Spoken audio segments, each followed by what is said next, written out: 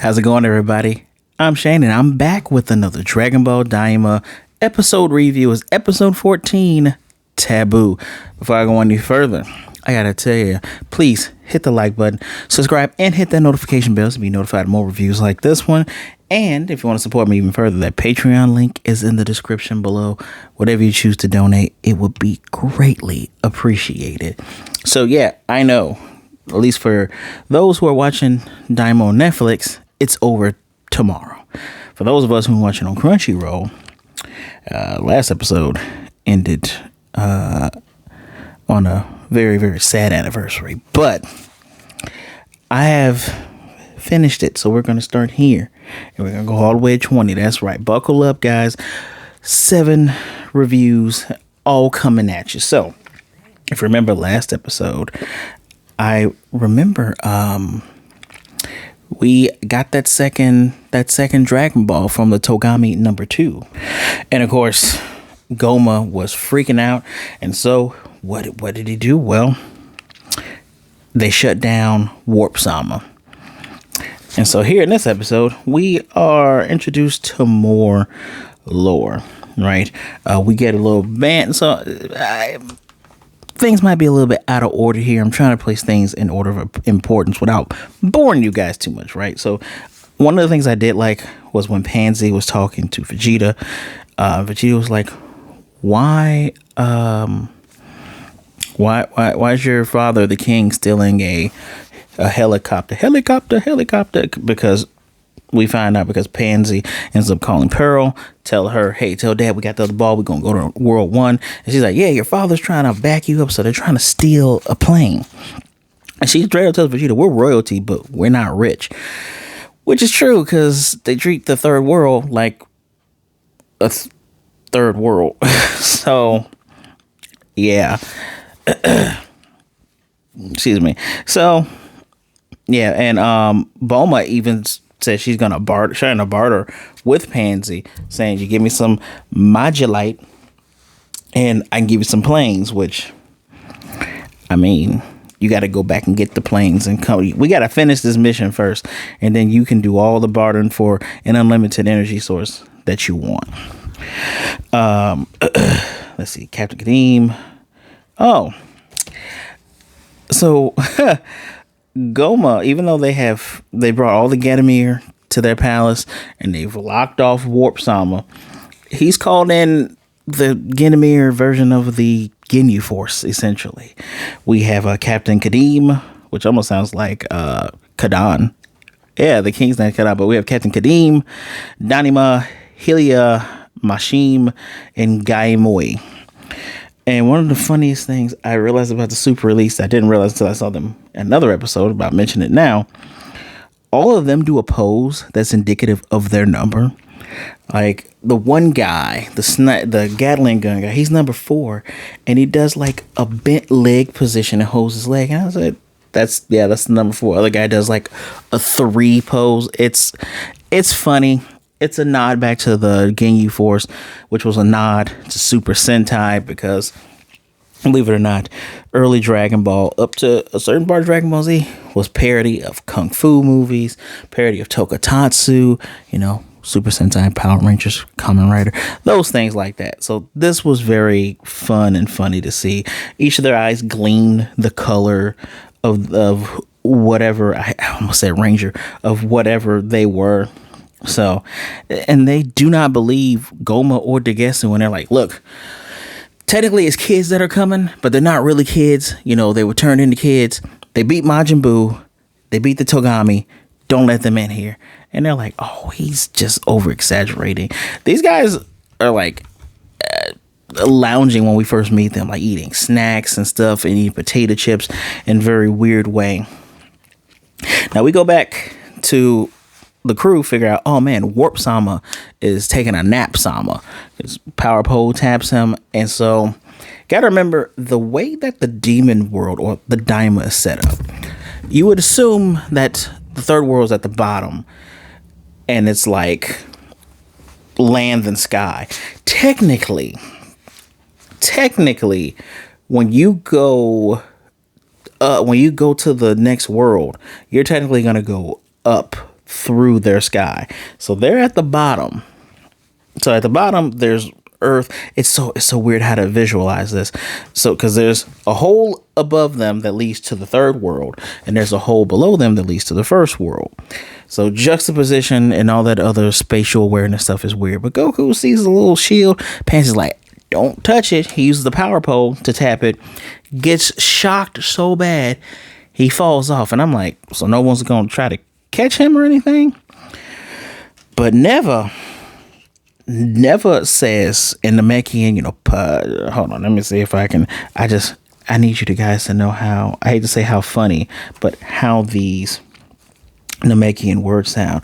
Porat de resu papora paparo. Paparo. I'm saying that weird on purpose. Paparo. Sends a ball up. Barrier's gone. Sends one down before Goku hits it. Barrier's gone. Although he wakes up before he gets all the way down there and goes back up.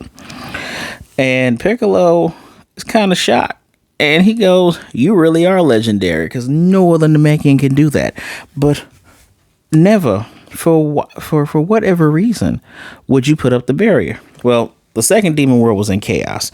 Ruffians from the third world would come down and beat up people. We do see Unga Bungas bullying smaller denizen that's not even like a Namekian, just a smaller denizen. Then arrogant fools from the first world come down.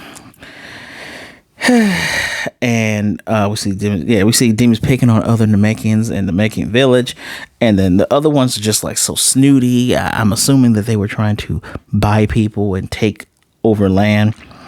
We even see Deborah looking demons or denizens, being jerks and being jackasses. We see the Genomir being jackasses, and it's one of the big reasons why the Namekians left, because they run the tree like slaves too.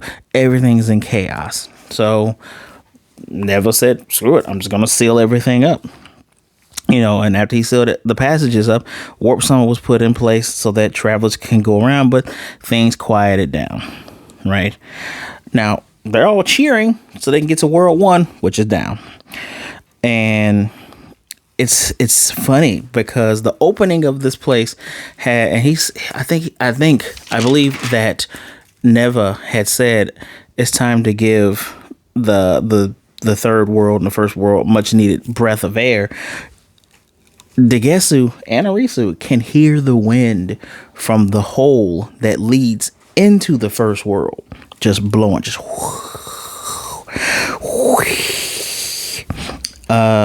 where is Hibis? Hibis is weird. Yes, he is very weird. Oh no, that's the wrong one. So it's impossible to live. Now they're going to this other place, and I did not do a calculation that I needed to do, so I'm gonna do it live here. Did you guys know that there is something that functions as a sun in that first? Actually, did I do that? Nope, I did. In that first demon world, and in that first demon world, it is 60 degrees Celsius. It's pretty. Which makes it 140 degrees Fahrenheit. I'm trying to understand, how did Gomah not die of heat stroke? Now that I think about it, because boy, oh boy, that's hot as hell. But yeah, so they're falling down. Unfortunately, their plane is wonky. It's not surviving the trip through the tunnel to get to that first world. And they're going to crash out.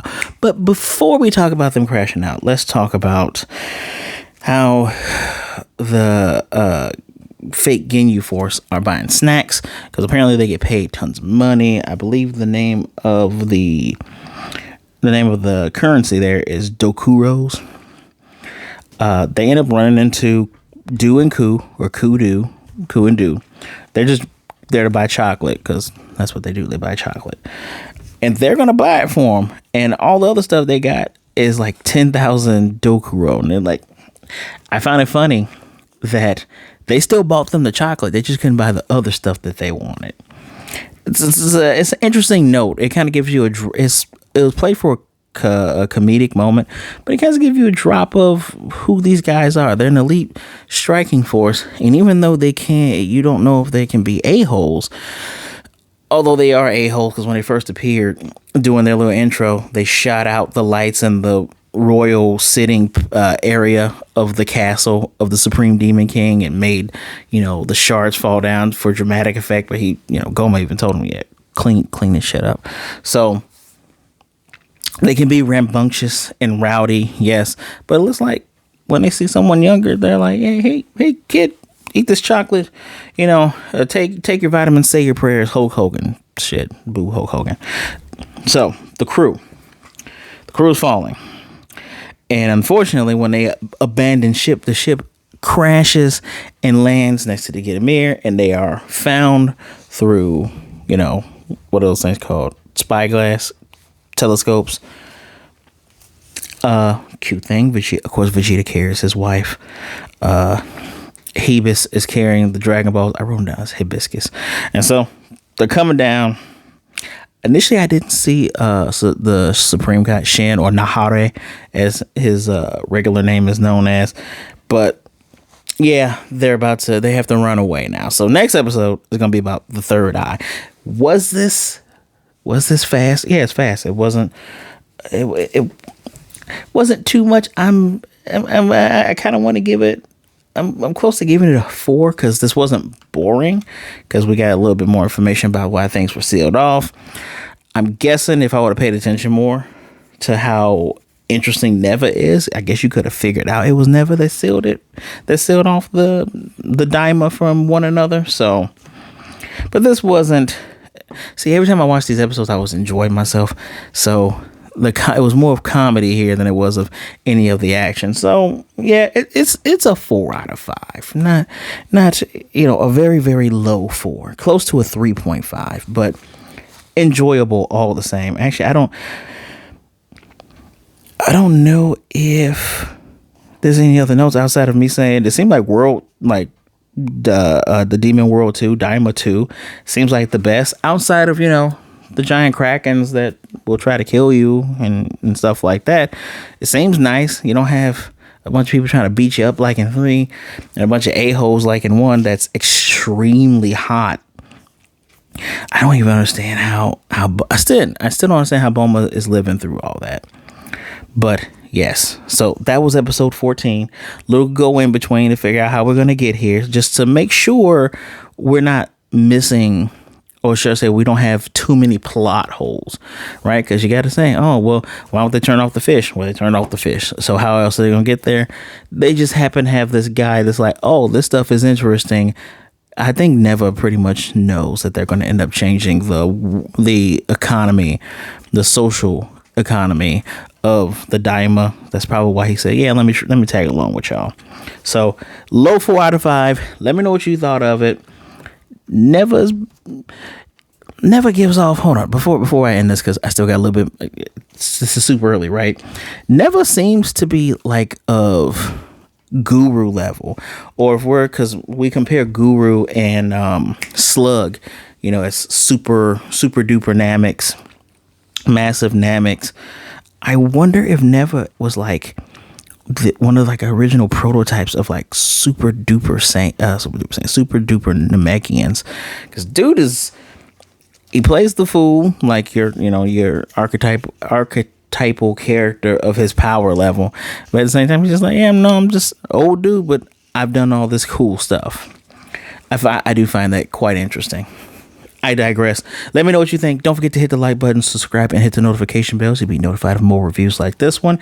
And if you want to help me out, my Patreon link is in the description below. Let me know what you think in that comment section below as well. Please be good, be blessed. Wash your hands, drink some water. Be good to yourself, be good to others. Either way it goes, please don't be a jerk. And remember, there are people out there that care about you. Reach out to someone, talk to somebody. There are people out there that would rather talk to you today than to miss you and mourn you tomorrow. My social medias are in the description as well. Give me a follow, send me a message, say hi. I'll say hi back. Just don't be a jerk and we'll be good. All right.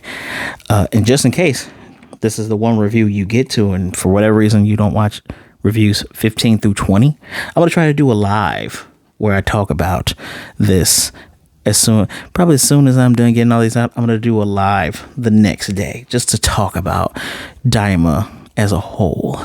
Right. So I'll see you guys next time. No instant transmission. I'm just going to go ahead and just run. Kamehameha.